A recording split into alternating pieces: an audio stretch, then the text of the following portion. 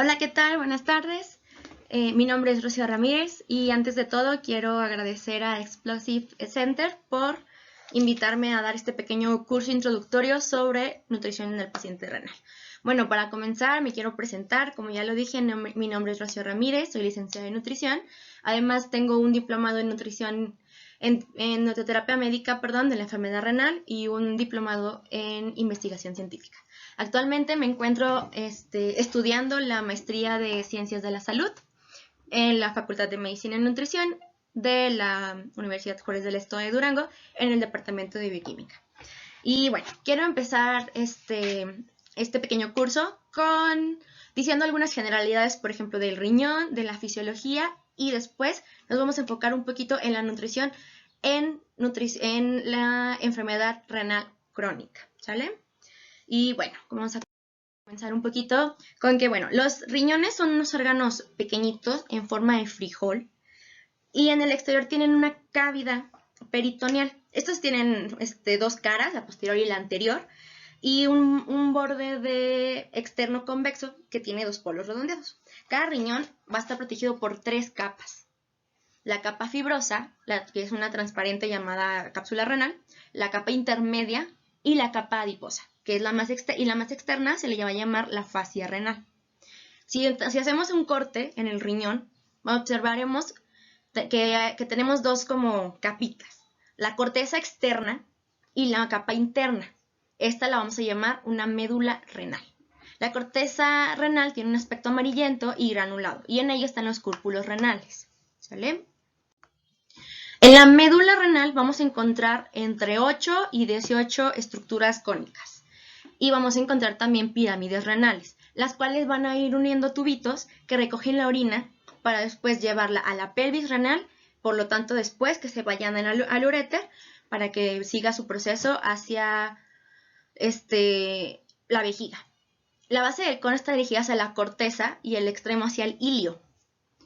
En las zonas del riñón situadas entre las pirámides renales se les va a denominar columnas renales. Aquí es importante que en estas pequeñas columnas o en estas como líneas que se ven aquí es donde vamos a encontrar a la nefrona, que más adelante vamos a comentar un poquito de ello.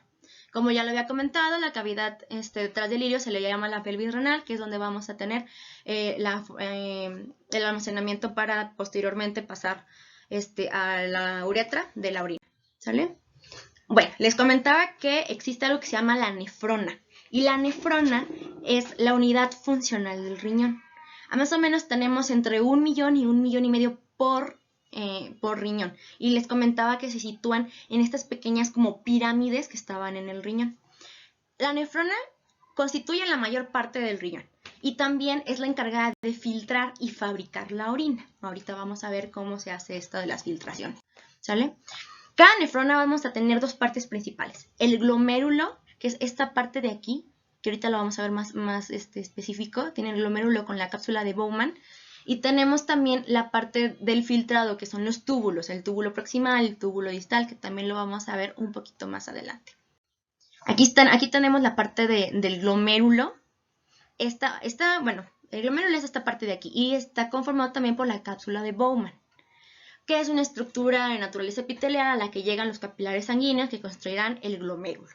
La sangre sufre un proceso de filtración y depuración y el líquido que salga de esto va a pasar a la cápsula de Bowman, llegando así hasta el túbulo renal. Es importante mencionar que este glomérulo va a tener dos vías.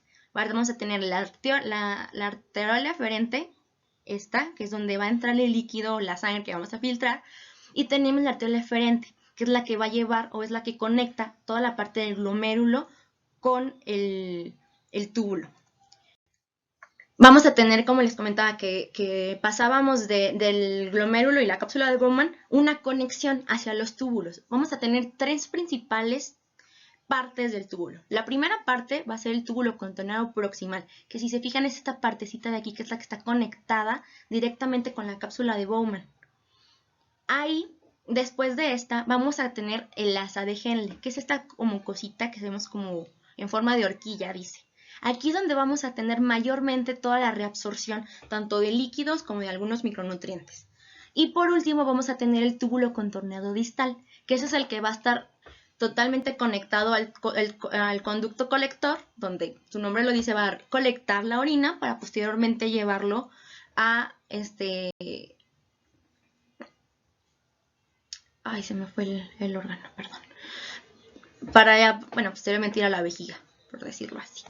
¿Sale? Vamos a tener que, bueno, así como eso fue como fisiología y anatomía rápida del riñón, no nos vamos a detener mucho en eso. Vamos a tener varios procesos básicos. El riñón no, es un órgano que se va a encargar principalmente de la filtración de sangre para poder discriminar, entre comillas, qué es lo que se queda y qué es lo que se va. Vamos a tener la reabsorción de sustancias, la secreción de sustancias también, y también vamos a tener algo muy importante que es el metabolismo de la vitamina D y el control de la presión arterial, que más adelante también lo vamos a ir viendo por encima, ¿sale? Vamos a tener que el filtrado glomerular es el primer paso para la formación de la orina. En esta filtración se va a ver en grandes cantidades a través de los capilares glomerulares de la cápsula de Bowman. Estamos hablando de casi 180 litros al día. La mayor parte del filtrado se va a reabsorber, por lo que únicamente se va a mantener 1 litro para su excreción o para la formación de orina. Como la mayoría de los capilares son relativamente impermeables a algunas proteínas, de manera que el líquido filtrado, que va a ser el filtrado glomerular, carece prácticamente de proteínas y elementos celulares, incluidos los eritrocitos. Aquí es algo muy importante, ya que cuando nosotros vamos a empezar a ver en el paciente proteinuria, hay que recordar que esto no es normal. ¿Por qué? Por lo que acabamos de comentar, son relativamente impermeables. No vamos a si existe ya una proteinuria dentro del paciente, estamos hablando de que esta filtración o esta permeabilidad del capilar ya no está funcionando, ¿sale? La filtración es de entre 125 mililitros por minuto, lo que va a significar 180 litros por día, y esto alrededor del 20% del plasma que fluye a través del riñón se va a filtrar a través de los capilares glomerulares. Se acuerdan un poquito de cuando les platicaba sobre la cápsula de Bowman, que teníamos como 2 arterias más importantes, que era la arteria eferente, donde entra toda esta parte o todo este líquido que se va a filtrar, y la arteria eferente, arteria perón eferente, que es la que tiene la conexión hacia toda la parte tubular de la nefrona para poder hacer este intercambio de electrolitos y agua y esta discriminación de algunas sustancias como la proteína o como los eritrocitos, ¿sale? Aquí es donde vamos a ver la secreción y reabsorción tubular. Para que una sustancia se reabsorba, primero tiene que ser transportada a través de las membranas al epitelio tubular, hasta que el líquido intersticial renal, y luego a través de la membrana capilar hasta la sangre. La reabsorción a través del epitelio hacia el líquido intersticial se efectúa mediante un transporte activo y pasivo. Aquí lo podemos ver. Vamos a empezar primero con la filtración en la luz del microtúbulo renal. Vamos a tener dentro de las células tubulares esta reabsorción. Si se fijan, o aquí es muy importante tener en cuenta que esta absorción o esta reabsorción va a necesitar de energía. También una cosa también es importante, que toda esta parte o toda esta fisiología, en el momento de requerir energía, nosotros podemos darnos ya una idea de que no podemos limitar tanto al paciente cuando estamos hablando de energía. O sea, tal cual el metabolismo necesita energía, entonces, por lo tanto, no podemos discriminar al paciente al momento de decir te vamos a dar una o X cantidad de energía menor a las recomendaciones que ahorita vamos a mencionar, ¿sale? Vamos a tener una reabsorción y lo que no se reabsorbe, que era lo que les comentaba, más o menos 1 litro de los 180 que pasan, va a pasar a la excreción. La reabsorción, esta reabsorción se va a tener principalmente para el mantenimiento de la homeostasis. La excreción del agua y electrolitos corresponde a la forma precisa de su ingreso. Esto también es muy importante. Lo que entra es lo que tiene que salir. Siempre tiene que ser un balance negativo. Si los ingresos superan a la excreción, la cantidad de esa sustancia en el cuerpo va a aumentar. Y si la ingestión es menor a la excreción, la cantidad de esta sustancia en el cuerpo se va a reducir. ¿Sale? Les comentaba también que una de las funciones principales del riñón es la regulación de la tensión arterial. Esto por el sistema de líquidos renal corporal para el control de la presión. Si el volumen de sangre va a aumentar, la capacidad vascular no se debe ver alterada. Si sí, vamos a tener una presión arterial aumentada. Si el aumento de la presión hace que los riñones excretan exceso de volumen, vamos a tener una presión arterial disminuida. Así es como vamos a empezar a tener una regulación. Pero no solo es esto. Para esto también tenemos un sistema bien conocido que es el sistema renina-angiotensina-aldosterona, que es el que nos va a permitir la regulación fisiológica de la tensión arterial, que es este. Primero vamos a tener una chispa o un estímulo, que va a ser ya sea una deshidratación, un déficit de sodio o del mineral o una hemorragia. Para esto ya una vez que tenemos este pequeño paso, vamos a seguir con una disminución del nivel sanguíneo. Con esto vamos a tener una disminución de la presión arterial. Esto, por medio de las células yuxtaglomerulares de los riñones, vamos a tener un aumento de la primera enzima, que es la renina. Esto, conjugada con el angiotensinógeno derivado del hígado, vamos a tener el aumento de la angiotensina 1. Esta va a su vez a activar a la enzima convertida de la angiotensina para poder pasar de angiotensina 1 a angiotensina 2. Esto nos va a permitir una vasoconstricción en las arteriolas, ¿sale? Esto, aquí tenemos como de dos. O la presión aumenta hasta que regresa a la normalidad, o bien tenemos un aumento de la aldosterona para que en los riñones aumenten la reabsorción de sodio y también aumente la secreción de calcio y de iones como el hidrógeno por la orina, para poder así tener un aumento del volumen sanguíneo. Si nosotros tenemos esta parte bien entendida, vamos a entender el por qué al paciente renal no se le debe de dar tanta cantidad de sodio o tener muy regulada la cantidad de sodio o la cantidad de líquidos, ya que aquí lo que veíamos, o aumenta el volumen o aumenta la reabsorción de sodio. También, como les comentaba anteriormente, tenemos la regulación de la producción de la vitamina D, de la activación de la vitamina D. Tenemos la vitamina D3 que se absorbe por piel, pasa al hígado, más bien pasa a 25-dihidroxicalciferol con una inhibición por el hígado, pasa al riñón y por la hormona paratiroidea vamos a tener una activación para pasar a 1,25-dihidroxicolecalciferol. Esto, por el epitelio intestinal, vamos a tener con una proteína fijadora de calcio, una ATPase estimulada por calcio y la fosfatasa alcalina para poder tener una absorción intestinal de calcio. Para esto después pasar a la concentración de iones de calcio en plasma. Volvemos a una inhibición por la hormona paratiroidea para que si ya tenemos suficiente vitamina D a nivel riñón, se active o se inhiba la conversión de esta parte de la vitamina a esta parte de la vitamina. También es importante saber que el riñón tiene juega este rol dentro del metabolismo del calcio, ¿vale? Pero ya entrando un poquito más en materia, ¿cómo vamos a definir la enfermedad renal crónica? Las guías KDIGO la definen como una presencia del daño renal con una duración igual o mayor a 3 meses. Esto caracterizado por anormalidades estructurales o funcionales. Esto hay que tener muy bien presente. Con o sin descenso de la tasa de filtración glomerular menor a 60 mililitros por minuto por superficie corporal. ¿A qué vamos? Caracterizado por anormalidades estructurales o funcionales. Puede ser que pase esto por una persona que tiene un solo riñón o que hubo una patología que el riñón tuvo que aumentar o disminuir su tamaño. O también podemos tener descenso o no de la filtración glomerular. ¿Esto de qué va a depender? De la clasificación según la albuminuria.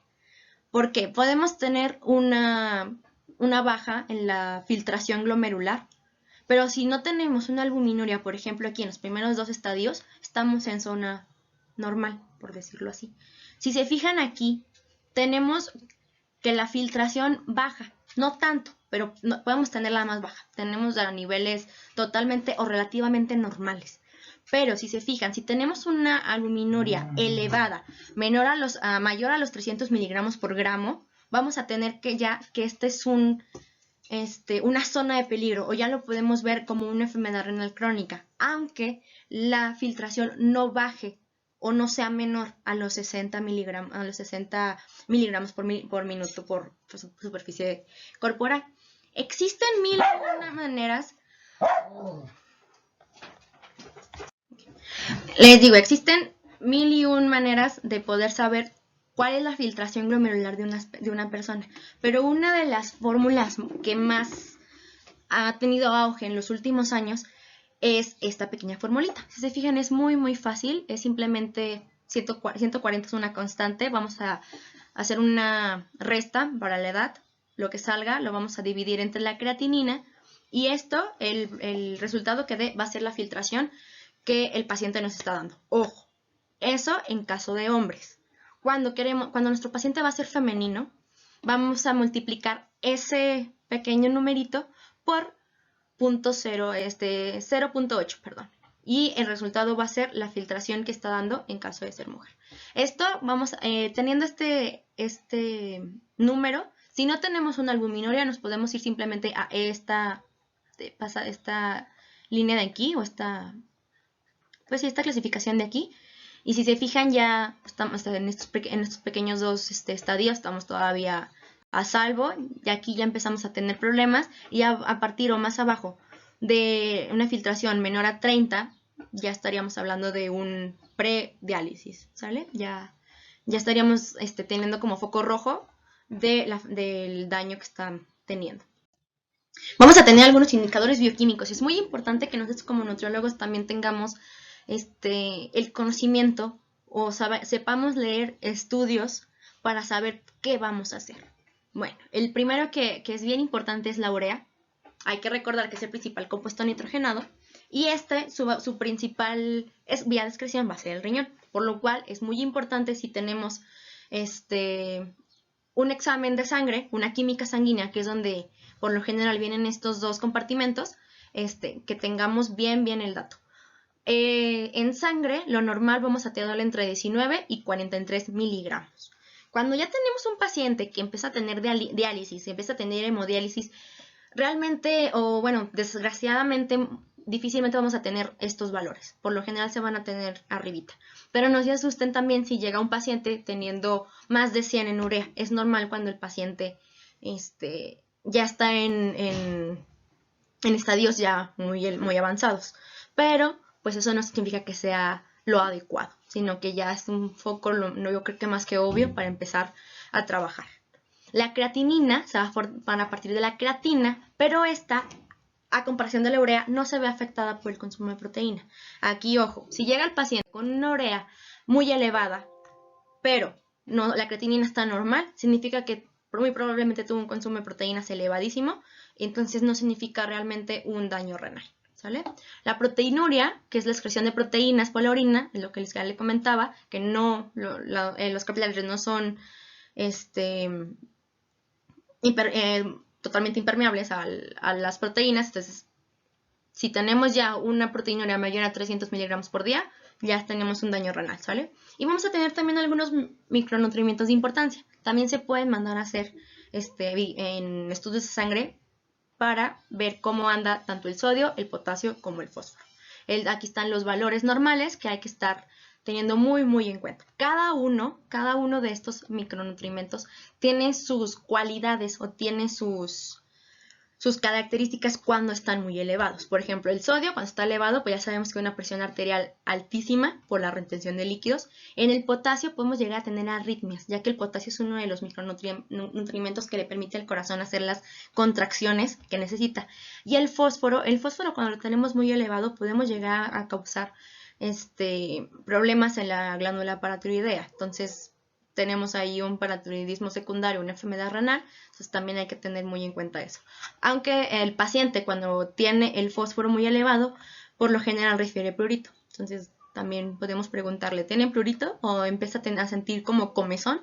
Si te dice que sí, muy probablemente el fósforo está muy elevado y dentro del plan de alimentación hay que tener pues cuidado con este nutrimento, ¿sale?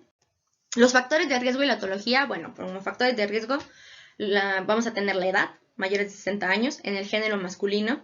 Los grupos hispanos tenemos más probabilidades de desarrollar la enfermedad renal, un síndrome metabólico y también que dentro de la historia familiar exista un paciente con enfermedad renal crónica. Y bueno, su etiología, 50% de los pacientes que tengan diabetes van a desarrollar o van a evolucionar a una enfermedad renal crónica. 20% de los pacientes que tengan hipertensión arterial van a a desarrollar una enfermedad renal crónica. Cuando se tiene una glomerulonefritis, el 12% de los pacientes van a evolucionar a una enfermedad renal crónica. Y bueno, también tenemos dos no tan importantes, pero tampoco los podemos dejar pasar. Si existe litiasis renal y no está bien controlada, muy probablemente vaya a haber evolución a una enfermedad renal y anomalías anatómicas. Esto ya, pues que el paciente haya nacido con un solo riñón, que el paciente haya nacido con un riñón más chiquito que otro, o etcétera, ¿sale? Vamos a tener tratamientos, vamos a tener 3 tratamientos más importantes médicamente en el tratamiento renal, que va a ser prediálisis y sustitutivo. Yo digo 3 porque es prediálisis, diálisis y hemodiálisis, ¿sale? Dentro de los prediálisis vamos a tener pues el tratamiento con fármacos, que eso es totalmente del médico, pero es importante conocer el fármaco, ya que por ejemplo hay algunos fármacos como los alfa-cetonálogos, que si el paciente está tomando alfa-cetonálogos, a nosotros nos mueve en la parte de proteínas porque tenemos que bajar el consumo de proteínas. Si en un paciente está de 0.6, por ejemplo, cuando tenemos alfa-cetonálogos se puede bajar hasta 0.3 gramos por kilogramo de peso. Entonces es bastante importante conocer el fármaco con el que el paciente se está tratando. Hay que tener una dieta de pretratamiento, como les comentaba, muy de la mano con el fármaco. Y hay que empezar a ver si el paciente no ha hecho, entonces, y incentivarlo a hacer cambios en el estilo de vida. Dentro de los tratamientos sustitutivos vamos a tener diálisis peritoneal, hemodiálisis y por último, y yo creo que es a lo que más aspiramos, es el trasplante, ya sea de cadavérico o de un ser humano, que sea una donación. Pero bueno, vamos a adentrarnos un poquito a la parte del tratamiento nutricional, tanto prediálisis como en tratamientos sustitutivos, ¿sale?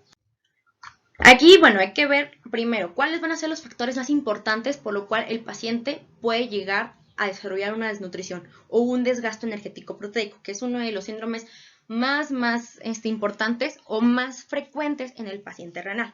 Para empezar, una dieta poco atractiva. Si nosotros llegamos y le decimos, vamos a quitar la sal y a ver cómo le hace, bueno, el paciente no va a tener adherencia al tratamiento y es nuestro deber ofrecerle una dieta que, a pesar de que tenga algunas restricciones, sea lo suficientemente atractiva para el paciente.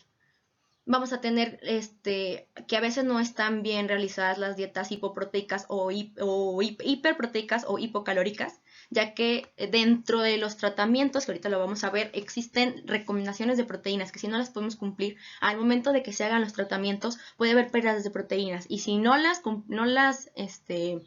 cumplimos, por decirlo así, podemos incentivar al paciente a una desnutrición.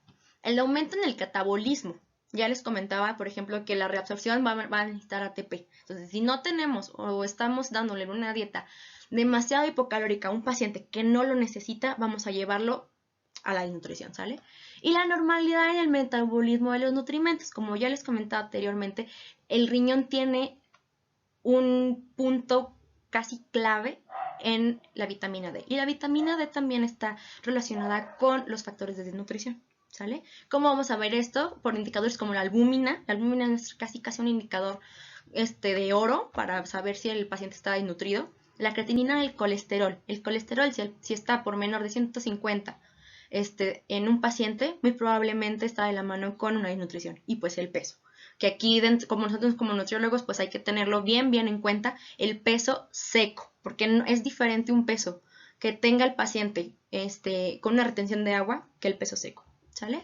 Y tratamiento, bueno, pues primero la prevención. Antes que todo, para poder prevenir, hay que dar un tratamiento a las enfermedades de base. Por lo general, todos los pacientes de enfermedad renal crónica van a tener una enfermedad de base, ya sea diabetes o hipertensión.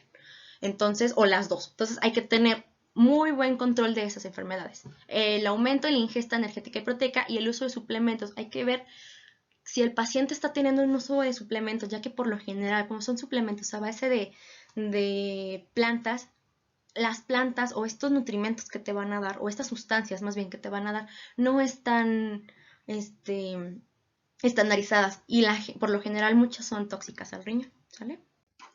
¿Cuál va a ser el tratamiento en prediálisis? Bueno, para empezar, el objetivo principal va a ser que la tasa de filtración glomerular se va a encontrar entre el 60 y el 30%. Y el objetivo es mantener la función. Nosotros no, hay que tener en cuenta o hay que saber que esta tasa de filtración glomerular, por más que nosotros hagamos magia, no va a recuperarse. Se puede mantener, que va a ser el objetivo principal. Entre mejor se mantenga dentro de estos valores, para nosotros mejor, ¿sale?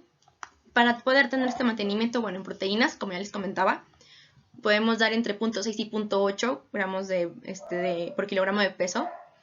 Esto según la tasa de filtración glomerular, ¿sale? Okay. Bueno, ahí se movió un poquito la diapositiva, pero nomás para comentarles que eso era por parte de las proteínas. En la energía vamos a tener que el cálculo va entre 25 y 35 kilocalorías por kilogramo de peso, y vamos a tener estricto control tanto en el sodio como en el potasio y el fósforo.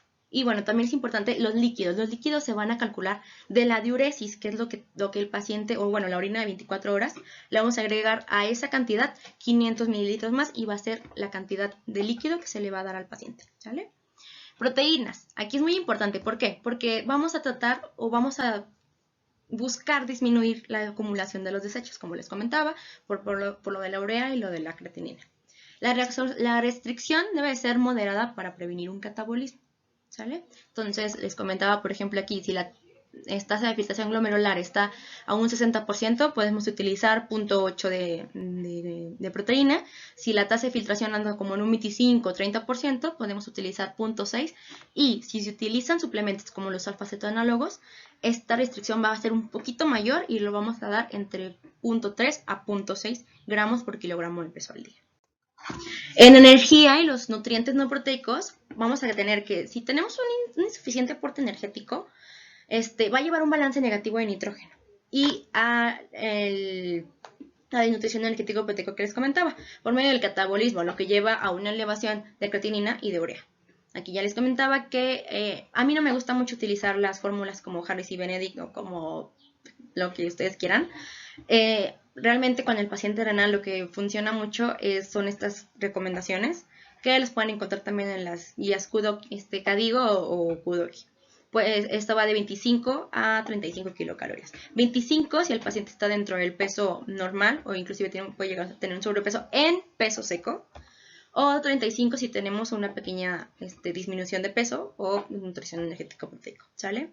De esto vamos a tener que en carbohidratos vamos a tener del 55 al 60% de la energía total, y de lípidos vamos a tener un 30%, teniendo como mayoritariamente los poliinsaturados, o bueno, los lípidos poliinsaturados, ¿sale?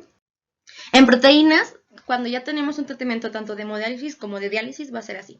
La pérdida en hemodiálisis no va a ser tan alta, ya que las moléculas son de gran tamaño y hay una pérdida de aminoácidos que va entre 6 a 9 gramos por sesión, ¿sí? Entonces, como en la máquina de hemodiálisis va a sustituir lo que el riñón hace, la permeabilidad, como la comentamos anteriormente, de las proteínas es un poco diferente. Esta tiene un poquito más es más agresiva, es más permeable. Entonces, por lo tanto, vamos a tener una pérdida importante de proteínas. Por lo cual, para poder cubrir esta pérdida que se está teniendo, vamos a tener que la recomendación va entre 1 a 1.2 gramos por kilogramo al día. Esto teniendo en cuenta que de esas proteínas, el 60% tienen que ser de alto valor biológico, ¿sale? Aquí hay que tener mucho cuidado con qué proteínas vamos a utilizar. Vamos a tratar de que sean por lo general proteínas magras y no utilizar proteínas, por ejemplo, que puedan llegar a causar como mucho residuo, como de creatinina o de urea, ¿sale? Dentro de la diálisis peritoneal, las pérdidas van a oscilar entre 5 y 15 gramos diarios. Por lo tanto, el aporte que va a necesitar el paciente va a oscilar entre el 1.2 y el 1.4 gramos por kilogramo del día, ¿sale? O también podemos llegar a tener el 1.5 de gramos con pacientes si tiene o si está cursando por una nutrición energético proteico. Así que ya sabiendo esto, nos quitamos un poquito el cliché de que si es un paciente renal le vamos a restringir hasta por donde no las proteínas. Todo depende de qué tratamiento o en qué estadio esté. Vamos a tener en energía y nutrientes no proteicos, que la energía aquí va a cambiar por toda esta supresión o bueno, no supresión, lo vamos a tener como un estrés energético, un estrés fisiológico por el tratamiento que se está llevando, va a aumentar el requerimiento de energía. Aquí va a tener de 30 a 35 kilocalorías por kilogramo de peso seco. De esto vamos a tener el 30%, o bueno, el 30% del todo el cálculo va a ser de lípidos. El 10% aquí lo vamos, de ese 30%, el 10% se lo vamos a atribuir a ácidos como mono y poliinsaturados. Y vamos a tratar de que todos los carbohidratos sean carbohidratos complejos. Aquí un tip: traten de que no sean carbohidratos integrales o que no sean panes, pastas integrales, porque estos tienen un gran contenido de fósforo. Entonces, si el paciente está teniendo fósforo elevado y nosotros le ponemos cosas integrales, probablemente se lo vayamos a aumentar más, ¿sale? En pacientes con diálisis, esto es muy importante, la absorción de glucosa del líquido de diálisis va a representar una carga considerable de energía, por lo cual lo tenemos que considerar o tenemos que tomar eso en cuenta al momento de hacer el cálculo. Entonces, bueno, aquí les tengo una pequeña tablita de cuántas calorías se absorben por diálisis, ¿sale? Depende, para empezar, vamos a ver primero de qué concentración es la bolsa de diálisis que se está aplicando el paciente. Tenemos desde 1.5 a 4.25, ¿sale? Están en colores. De hecho, me parece que Baxter es el laboratorio que tiene colores, que es, es verde, amarilla y roja. Cada uno de estos va a tener sus gramos de dextrosa. Por ejemplo, la concentración de 1.5 de dializado va a tener 15 gramos de dextrosa. El 2.5 va a tener 25 gramos de dextrosa y el 4.25, 42.5 gramos de dextrosa. Hay que recordar que la dextrosa es un azúcar que si se absorbe, pues, bueno, más bien que se absorbe, entonces hay que eliminar esas calorías, ¿sale? ¿Qué calorías se van a provenir de la dextrosa? Con 15 gramos se van a tener 51 kilocalorías, con 25 gramos se van a tener 85 kilocalorías, y con 42.5 se van a tener 144 calorías.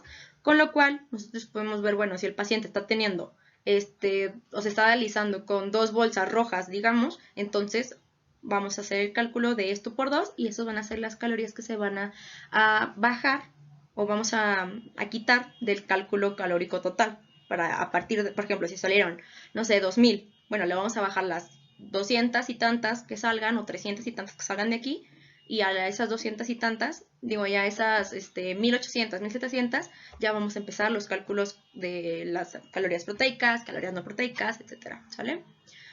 Cada una también es importante, va a tener una absorción dependiendo si es una diálisis peritoneal continua o va a ser una diálisis con peritoneal ambulatoria. Aquí también hay que tener muy presente o hay que estar bien enterados de qué tratamiento está teniendo el paciente. No es lo mismo una diálisis que sea de noche, por ejemplo, que el paciente se conecta a la máquina toda la noche y todo el día está feliz, o es un paciente que cada 4 o 3 horas hay que hacer cambios de bolsa, ¿sale? Entonces, teniendo eso ya en cuenta, nosotros podemos hacer el cálculo de calorías. En micronutrientes vamos a tener los principales: potasio, calcio y fósforo y el sodio. En potasio, bueno, vamos a tener dentro de sus funciones, pues la excreción vía renal, vamos a tener que es dependiente de la dieta, casi al 100%, y lo que nosotros vamos a tener como recomendación va entre 2 y 3 gramos al día, ¿sale? El calcio y el fósforo, si tenemos van a ser como dependientes o inversamente dependientes, por ejemplo. Si tenemos una disminución de calcio, vamos a tener un aumento de la monoproteidea, por lo cual vamos a tener una hiperfosfatemia, ¿sale? Es importante por lo que comentábamos, por ejemplo, del metabolismo de la vitamina D y lo que les comentaba de que hay algunos alimentos que tienen fósforo, ¿sale? Aunque también hay que tomar en cuenta, pero eso yo creo que lo veríamos para otro curso, el fósforo orgánico y el fósforo inorgánico y en qué alimentos van a estar cada uno. Depende qué tipo de fósforo es, si es inorgánico o orgánico, va a ser la absorción, por lo tanto nosotros tenemos que empezar a jugar con algunos alimentos, ¿sale? Y el sodio, bueno, si tenemos un exceso en el sodio, vamos a causar un edema y por lo tanto aumentos en la tensión arterial, y bueno, para que esto no pase, las recomendaciones van entre 1.5 y 3 gramos al día. Los líquidos, como ya les comentaba anteriormente, con el paciente prediálisis van a depender principalmente de la ultrafiltración. Por ejemplo, si con el paciente prediálisis era lo que salía en orina más 500 mililitros, aquí vamos a tener ultrafiltración, significa lo que sale entran 200, por ejemplo, entran 2000 mililitros de solución dializante, salen 2200 mililitros de solución dializante, entonces ahí vamos a empezar a jugar con las ultrafiltraciones, ¿sale?